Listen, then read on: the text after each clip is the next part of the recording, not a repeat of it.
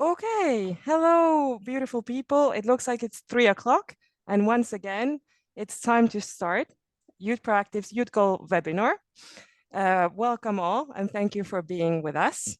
Maybe we have some people that have already joined once before, because this is a series based on the youth goals that the European Union has put in place in their youth strategy. And the youth goal that we are going to tackle today is number 10.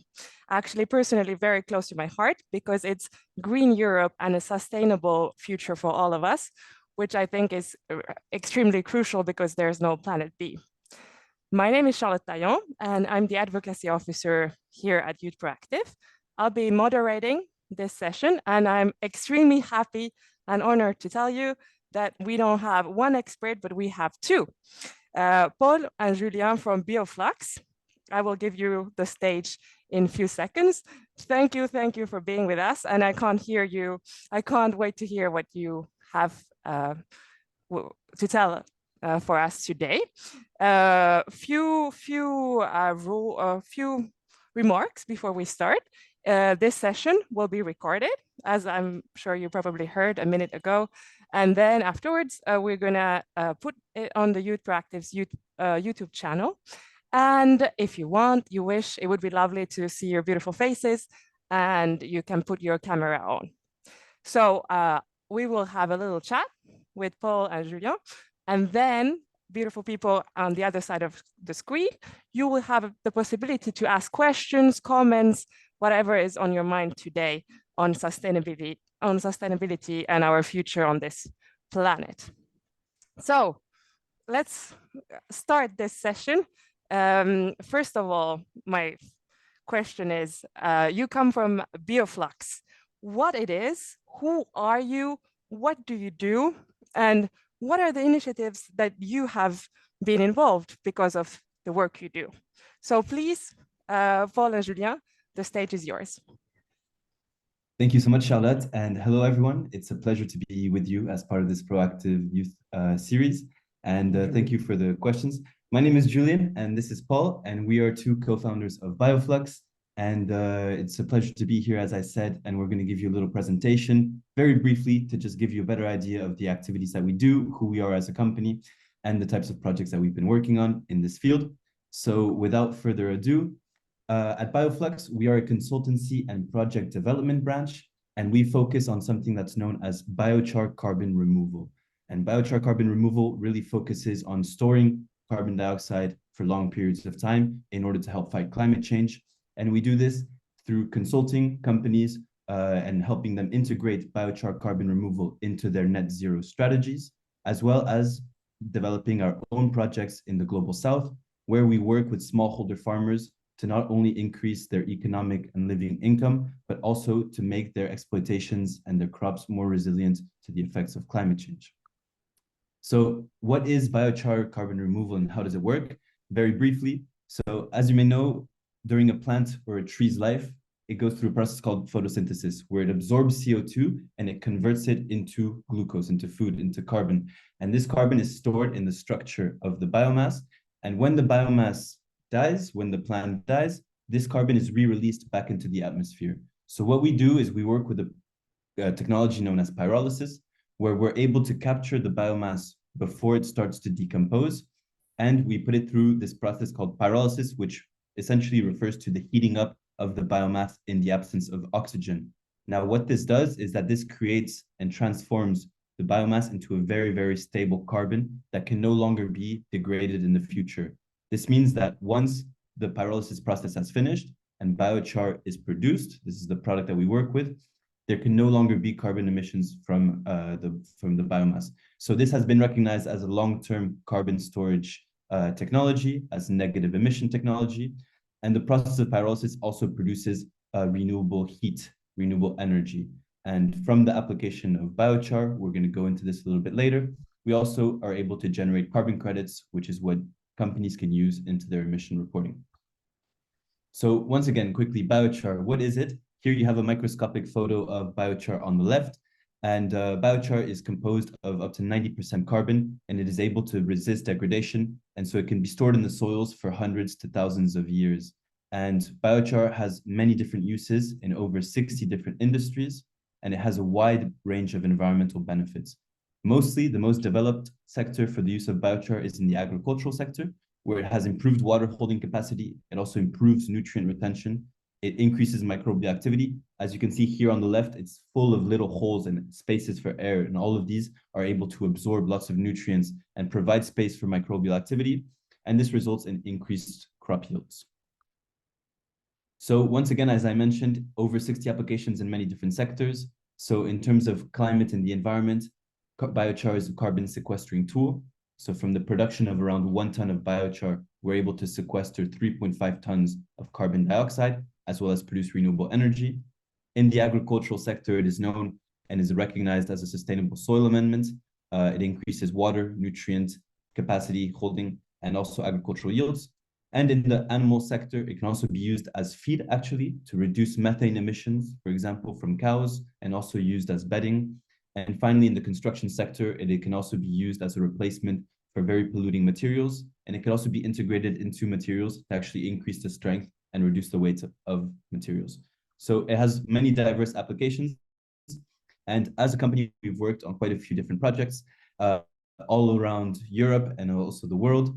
And these are an overview of some of our projects where we worked with companies in Belgium for biochar sampling and getting to know their lab results and commercializing their biochar.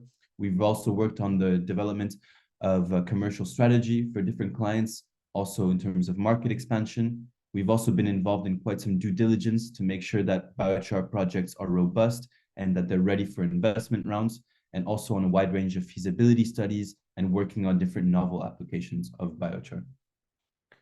So that gives you a little bit of an introduction into how we help companies accelerate carbon removal. Now we'll also talk to you a little bit about how we as young people are taking our own initiative into developing our own projects to increase our impact. So we are focused, as Julian said in the introduction, on creating social environmental projects. So we also want to make sure that we're not only saving the planet, but that we're also making sure that we're improving the quality of life of people involved in our projects. So as Julian explained, biomass is converted through pyrolysis into biochar. We mix this into compost or manure from animals, and then we apply it to soils. This is all done on the farms of the people that we work with. And this is able, by working with us, they're able to generate a carbon credit. We use the carbon credits, we sell it to companies. This generates an income of 130 euros per credit. On average, it can be more, it can be less. And typically, we try to send about 50 to 70% of the revenue that we generate through the sale of one of these credits directly back to the farmers that produce this. So just to contextualize this a little bit, we are currently working in Tanzania.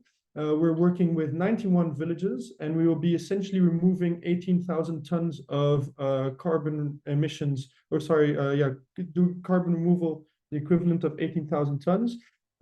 This is approximately the same emissions as like Belgium. Just to give you a brief idea. So I know it's, yeah, okay, sorry. Here, so you can just see a little bit on the map. This is the map of Tanzania. These are some of the areas where we're working. So you can see we're working with different quantities of waste, with different numbers of villages, and also with different types of waste. We can go into this in discussion if you guys want at some point. And then also in Albania, we're working. It's not really the global south, but it's also an interesting country for us. So Albania, again, it's a little bit of a smaller project, but essentially we'll be removing 2,300 tons of carbon emissions. And compensating essentially the emissions of 1,600 Belgians. So this gives you kind of an idea. Of course, as we said, what's important for us in these projects is to also make sure that the farmers benefit from this, and that we're actually doing something that's good. And as young people, that is really something that is at the core of our values in our entrepreneurial experience, let's say. Again, a little map. And so, yeah, that's quickly just a little overview of what we do. But yeah. Super. Thank you so much for this first introduction. Before I ask my second question, thank you guys for an extremely crucial work. It was super interesting. And my second question for you is, drawing from your experience that you just shared with us, can you share some compelling stories of youth-led sustainability projects that have truly made a difference on the field? Yeah, do you want to answer? Or? Yeah, I can start with something, and this is one that just personally very much inspired me, and it's something that has happened in the EU. We've seen examples of this and also outside of the EU. And as you may know, there's been quite a few initiatives in court cases where there's actually youth that have gathered together and they have actually sued the government for not taking adequate responsibility for climate change. And so this has happened, as I mentioned, in the United States. There's a specific court case also, Juliana versus the United States, where this has happened. And also quite recently in Portugal, where there was about 12 students, and I believe from the age of 12 to 24, that got together and they've actually gone through and worked to sue 32 different governments in Europe. And it's the same, and it's in terms of climate action. And so something that's extremely inspiring to me is to see this, and also to see that it is from all ages that this has started. And it's really highlighting to which point we're moving into generations that care and recognize the power of using their voice and coming together to fight something. And so for me, these have been some of the sustainability initiatives that have been extremely inspiring to see, especially since they have also won many of these different court cases. And so from the power of a group of children's voices, young adults, we've actually managed to make different changes happening at legislative level. So this is something that, yeah, for me is very interesting. I think I completely join Julian on that. I think it's a little bit hard to really say what is shaping the sustainable future, I guess. But it's there's so many things. So there's this aspect of activism, there's this aspect of entrepreneurship that's important. I think it's collaborating. What's really nice in the sphere of working with young people in sustainability is that everyone's kind of in conversation with each other. I don't think there's any doors that are closed in our industry. It's just if you don't, or if you're not talking to the person yet, it's just that you haven't asked to have a conversation yet, because people are typically willing and looking to have conversations with other young people that are extremely motivated. And this is extremely refreshing and gives you power and hope that actually people like us, the youth, we have made changes, and it's not for nothing if we work together, and communication, like you Paul said, is the key. And actually, I have a third question for you guys. Now that you have opened up the sustainability project that you've worked and where the youth has been involved, what do you think is the success element? What makes these actually work? What is the key element behind? Yeah, I think I'll answer and then add whatever you want. I think for us, especially coming in my own experience, and I think this is something that you see it with Greta Thunberg, but you see with other people that are working in the sustainability industry, it's this innovation. I think some of us, I want to say many of us, but I'll say some of us because I don't know everyone here, but some of us deal with climate anxiety. This idea of essentially that you might be suffering from the effects of climate change, and that you lack power essentially to change something. So that's something that is an intrinsic motivation for young people to get into this and to not give up despite the many hardships that we might face. I think another benefit or key success factor is kind of what Julian also said, is the fact that we can communicate over social media nowadays and share our voice to a larger audience, allowing us to network and collaborate. And this is also a great opportunity to share awareness and educate other people. I think there's so many social media channels that we can follow and newsletters or whatever you use to educate yourself, but there's so many opportunities to educate ourselves. And people are typically quite knowledgeable or quite critical, so they don't just say anything. I think what's also really nice in the industry or in sustainability and with young people in general, I would identify as that is creative. I think we're very creative at our age, and we're looking for ways to still have our impact. And then I would just say, I mean, this is something that we do. We're really good friends, and it's inclusive decision making. We don't just make decisions from the top down. I mean, it's only the two of us in the company, but we really take into account other people's perspectives when we're designing our success or trying to think about what is the road to success for us. And if there's anything you wanna add. Yeah, no, definitely. I fully echo what Paul has mentioned. And some of the keys to success also that we've experienced. So we started from just an idea and now it's transitioned into an actual company. And some of the blockages that we were facing and some of the lessons that we learned is that it's extremely key also to focus on a specific issue and to try to come up with innovative solutions that not only address the issue, but where possible and when possible, also generate a lot of co-benefits to different aspects and sectors.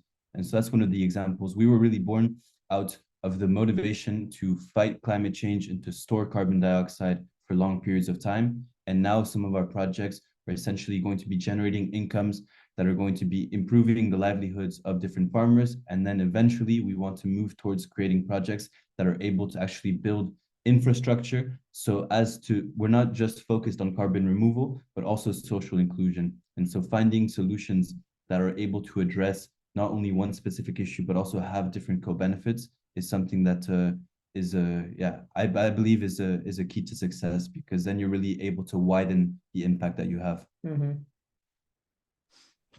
Thank you very much. Yeah, cooperation is key. And if you try to make it good for as many levels as you can, you can't go wrong. Thank you so much, guys. Then next question is, if me, Charlotte, or someone of our viewers, we would be interested to starting our own sustainability project. You guys mentioned that you started you two in your company and you made this from scratch. So can you give some tips and maybe a bit of your own story, how it all started? Yeah, I mean, I'll be fully transparent also because we're with young people, and I think this is also a bit of a fun story. But the way that Julian and I started was one night having wine and just having drinks amongst the two of us, and thinking about what is the things that we wanted to do. And then at some point we were like, I think we found essentially our common passion. And then I remember telling Julian, if we do this, we're not gonna stop. We're not going to give up on this project. And I think this is something that we often see. For me, I suffered from this a lot in the past, in the sense of wanting to start something, but not sticking to it. So I would say stick to it no matter what. That's the first thing. So even if it's a drunk night idea, it's an idea, so you stick to it, especially if you're doing it and you believe in it. I would say research. You're not an expert. I think when we're naive, essentially when we're young and we think that we know better, something that we've learned by doing research in the beginning and talking to people, it's that you don't know what we're talking about. There's people who know better. So in that sense, also when you have an idea, I think there's this idea of like, oh, I can't tell other people because they will steal my idea. My thought is, if they wanted to do what you wanted to do, they would already be doing it. So talk to people. And again, then research. Every time that you talk to people, you will be confronted with a challenge. So don't look at that as a challenge, but like it's a wall that you have to climb over. You have to dig under. You have to break it. You have to find a way around it. And then something that we did, we joined an incubator. In most countries, there's a lot of incubator programs. Maybe it's at your university, or just find someone who's willing to give you some advice, whether it's your uncle that has a company, your aunt that has a really interesting career, or whatever, and create a good team. And then just try it out, pitch it. And then if that didn't work, try it all over again, but stick to it. I don't know if there's anything. Yeah, no, I think Paul said it perfectly. Something that helps a lot for me, just in personal experience, is writing out, drawing it out. Some people are visual learners, some people are more readers, whatever it may be. But for me personally, it was a lot of writing it out, making mind maps, and really starting to try to structure something. And as Paul mentioned, one of the first things that we did was join a startup incubator. And that's something that really helped us identify what is our unique value proposition, who are our target customers, how do we want to structure this. And these in our experience, at least in Belgium, these we were able to access for free, and a lot that work with the youth also tend to make these free. And these are also a huge help, because you're also surrounded by different entrepreneurs. You're also surrounded by different young people that want to also make a difference. And so in that sense, it creates a very creative environment and motivating environment to really realize your idea and have the support structures that you need to be able to achieve it. Thank you very much for this inspiring tip talk. And I have to ask, because I'm currently based in Brussels, actually at the European Parliament. So as youngsters in the EU and surrounding areas, what are the key initiatives now that are making the change and we should follow, like the big trying to make a difference on the European level or international level or national level that the youngsters should follow?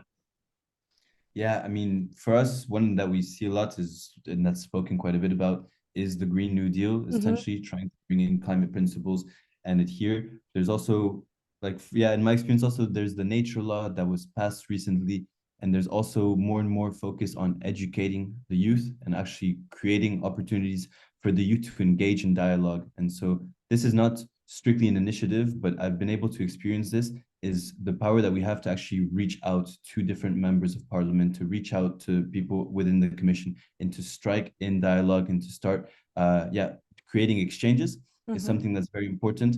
But yes, something that for us is also quite a important initiative is this Green New Deal, and trying to fit. It's a way that we can also try to scope our projects, try to fit them to the needs of different companies. And so for us, that's something that we see being quite relevant. There's also, in the biochar sector specifically, so this is, again, not directly related to youth, but there's a lot of carbon dioxide removal frameworks that are coming out. There's also guidelines on sustainability that are coming out. And I think that from the get-go, as a youth, if you're thinking about a project and you're able to already align the project to fit these initiatives, to fit these requirements that are being set up by the European Parliament, for example, or the Council or the Commission, then this can also build quite a bit of resilience within the projects, because you're ensuring that they can be future-proof. So yeah, I don't know if that fully answers your question, but that's an example. It does. I actually have a follow-up question. If someone has never heard about the Green New Deal, how would you put it in one sentence?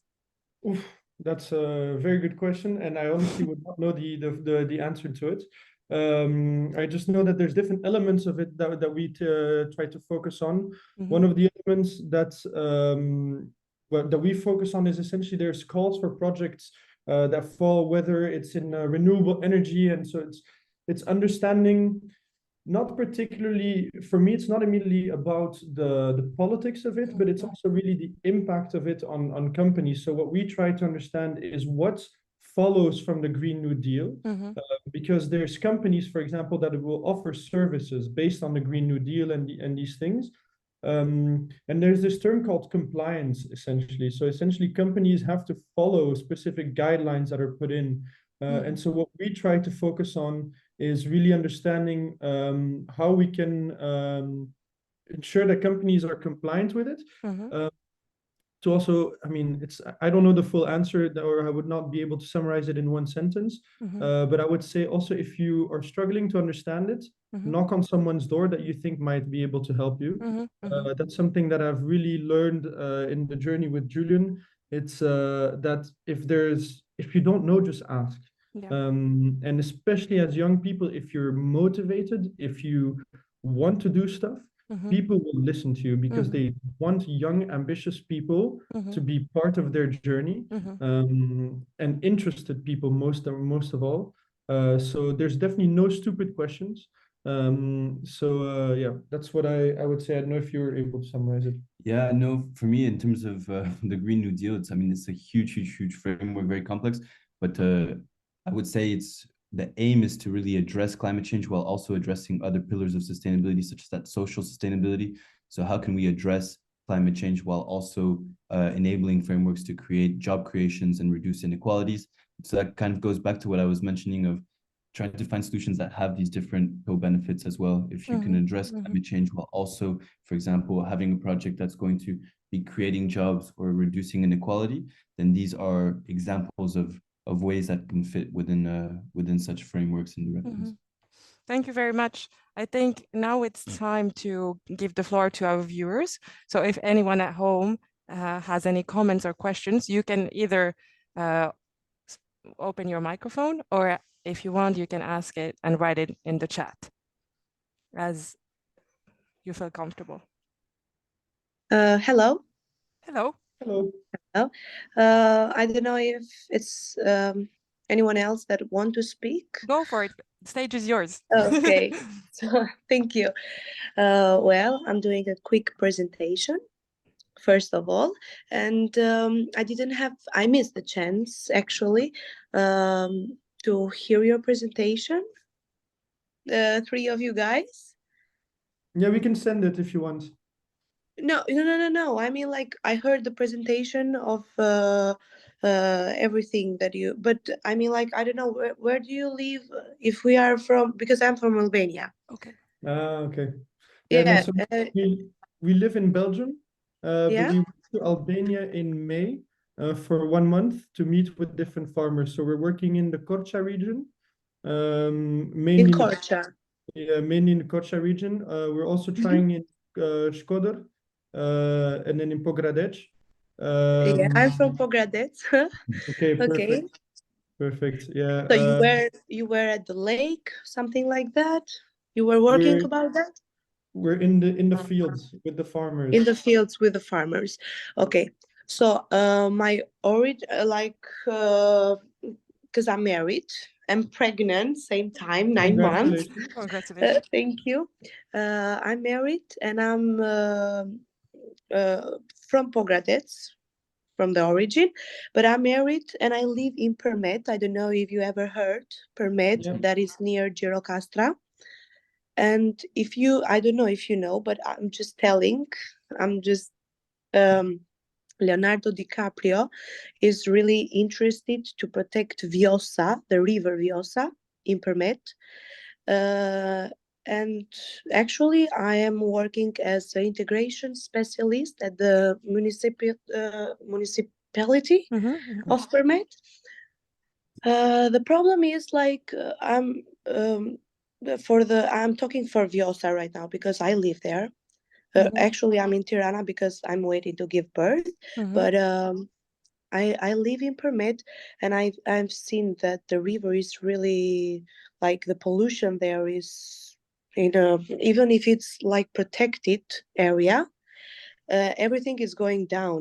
Like, everything, it's not working right. Even that everyone is talking about that, and I'm really interested to know how can we do that, or maybe how can we help.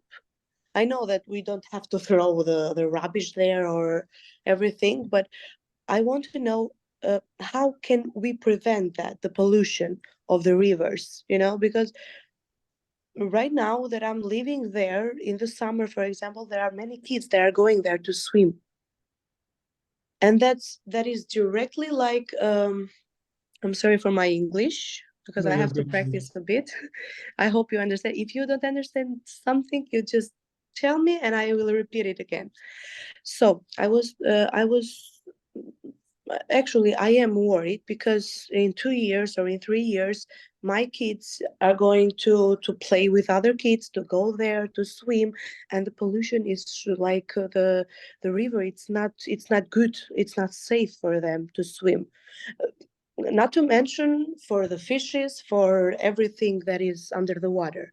So I want to know, because I'm really worried as a mom, as a future mom, like a mom to be. So how can we prevent that, or how can I work there, and I can do something for that if I have the main direction, let's say.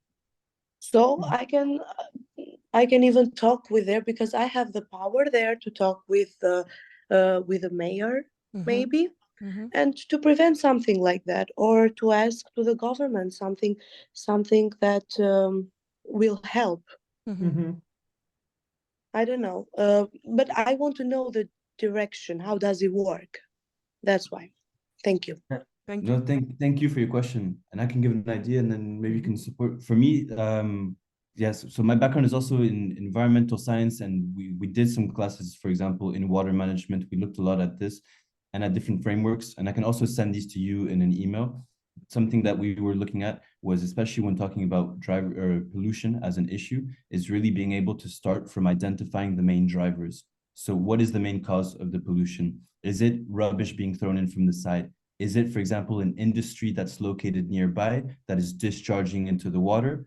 Or is it just, and so from there, really identifying the driver, we can then understand then the pressures on the system. So what is supporting this to keep happening? For example, if the case of the industry that's discharging water, then in that sense, it might be a lack of regulation or lack of sanctions being imposed that could be an issue. If it's people throwing in, I'm from Mexico and this happens a lot. You see the rivers and it's extremely sad because it's essentially used as a garbage can. There we turn into questions on education, so how can we educate the population on the importance of maintaining the water, not only for its natural beauty and for the recreation, as you mentioned, but also for natural functioning. And then once you sort of figure out the drivers, the pressures, then you go everything into that's responses and solution. So how can we create tailored responses that are going to really fit the drivers? So if it's going to be an educational program, who are we going to be targeting it and how are we going to be targeting it? And it becomes a bit complicated because there you need to be very much knowledgeable about the local context of the place, right? Because there's never one size fits all. Sorry, as far as I know, there is the pollution. It comes from the industries that discharge their pollution, their things into the river, and it is like how is it called, the dirty canalizations, of all the population there. I mean, like the sewage. Yeah, I think it's a switch. Yeah, I mean, like the whole bathrooms go there. Like I don't know how to. So this is switch. Yeah, this is the open sewage systems essentially that discharge sewage. Yeah, water everything is discharged there. I don't know how does it work in other countries, because here in Albania they say this is normal, but it's not actually. It has to be another way. Yeah, no, absolutely. I mean, there in terms of the discharging of water, I think that requires quite a bit of infrastructural changes. What I would see as sort of the most immediate would be speaking directly to these industries and essentially finding ways. It also depends how responsive they are. I know in some contexts in Mexico where there was also a lot of river pollution happening or lake pollution, the industries were not open to listening at all. So in that sense, it had to come from the government, essentially imposing sanctions. So saying it's the polluter pays principle. If you keep polluting the river, we're going to be either taxing you or fining you X amount of money per year until you stop. And then that money can then go into financing a restoration project. So whether that be increasing the buffer between these areas, whether that be sort of a river cleanup, but then the money that is being taxed towards the polluter can then be used to finance some sort of restoration or cleanup project. So this is kind of the loops. Not sure if that fully answers your question, but just as an idea of I think just if I can quickly add on to that, if you want, and I think we can write our emails at the same time. But one of the things that is really nice with biochar is that it's not only used in soils, it can also be used to filter water and to decontaminate soils and decontaminate water pollution. So if your municipality would be interested, I mean, so our ambition is to start our project officially in February in Albania. So if by the time that we come back, hopefully we come back in February or it would be March, we would I will be there because right now I'm in Tirana. In this 1 week or 2 weeks, I'm waiting like to give birth, and I will be there because I live there. We have our own business there. We have a restaurant, and I work. Even my husband is there. Like we are working at the municipality, so. I'm really worried about that because I decided we have our home here in Tirana, and everyone is telling me, Angela, you are stupid for going there, like in Permet, to live there and everything. But I want to live there because I really like Permet, actually. That's why I have chosen. I've chosen. I told my husband, yeah, we can live here in Tirana, but here the air pollution is, oh my god, it I don't know. I need the fresh air, so my kids can grow healthy, can grow like you know, it's really different when you go in a place like that. But the problem is tomorrow, I mean, like we use that a lot. My kid is gonna be it's gonna grown up and it's gonna go with his friends to the river. I have gone like with my husband fishing, and I heard him like he said, yeah honey, here it used to have a lot of fishes, you know, and we couldn't we were fishing like that, and we took like 3 or 4 fishes, you know. And he told me, here when I was younger it used to be different. We have so much fun, we have like good. Right now you cannot even go into the water. And the problem here is that when you see Permeti in the reels of Instagram and everything, you see that it's really like a blue eye or something like that, you know. Like it's a lie. It's a lie. People cannot swim there. Yeah, yeah. Yeah, they're telling us a lie. When I see it in Instagram, and I say, where is that? Yeah, Where is yeah. that? Because I live there and it's not like that. Yeah, yeah. Thank you so much, Angela, for this point of view. And it's super Thank you. crucial and super important. And congratulations once again being pregnant. And we hope the best for your family. And I think the issue that you are raising is super important and crucial because unfortunately, I think this is happening in many countries. We're seeing the same phenomenon happening. But thank you, Paul and Julian, for giving us hope and concrete tools and elements to actually keep on fighting, because there is no planet B and this is our common place to live. And I thank you for the experts. I saw that you put your emails in the chat, so maybe you can continue this via email, as you guys also have projects in Albania and there's a common interest already. Thank you so much again for your excellent point of view, Angela. Thank you so much. And before we end this session, because when we're having fun, time flies, I know that you guys have a very interesting news, good news for our youngsters following this webinar. You actually are currently looking for interns, right? Yeah, exactly. Thank you for remembering. You're welcome. I am sharing, I just shared it now. So we launched it today. We're looking for an intern in market and business development. Well, marketing and business development. So if anyone here wants to work on a project that we believe has a lot of impact and to work with a new application in, an emerging market in carbon removal, you're welcome to apply. You'd be part of our small team, so you'd be seeing a lot of different things. So as a young person, I think it's interesting. I joined a lot of smaller companies when I was younger or when I started my career.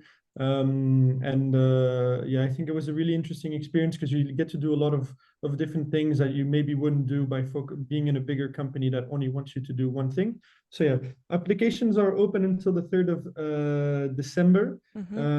So take a look, feel free to apply. The application process is quite short. So yeah, and just feel free to contact us in general if you want to talk or if you want to ask questions.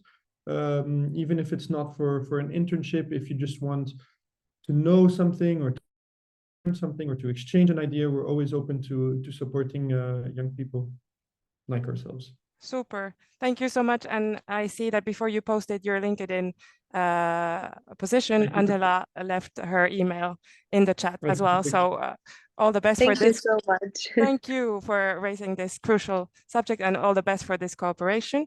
And thank you, Paul and Julian, for being here and having an excellent expertise. Thank you, the viewers, that you have been here with us today.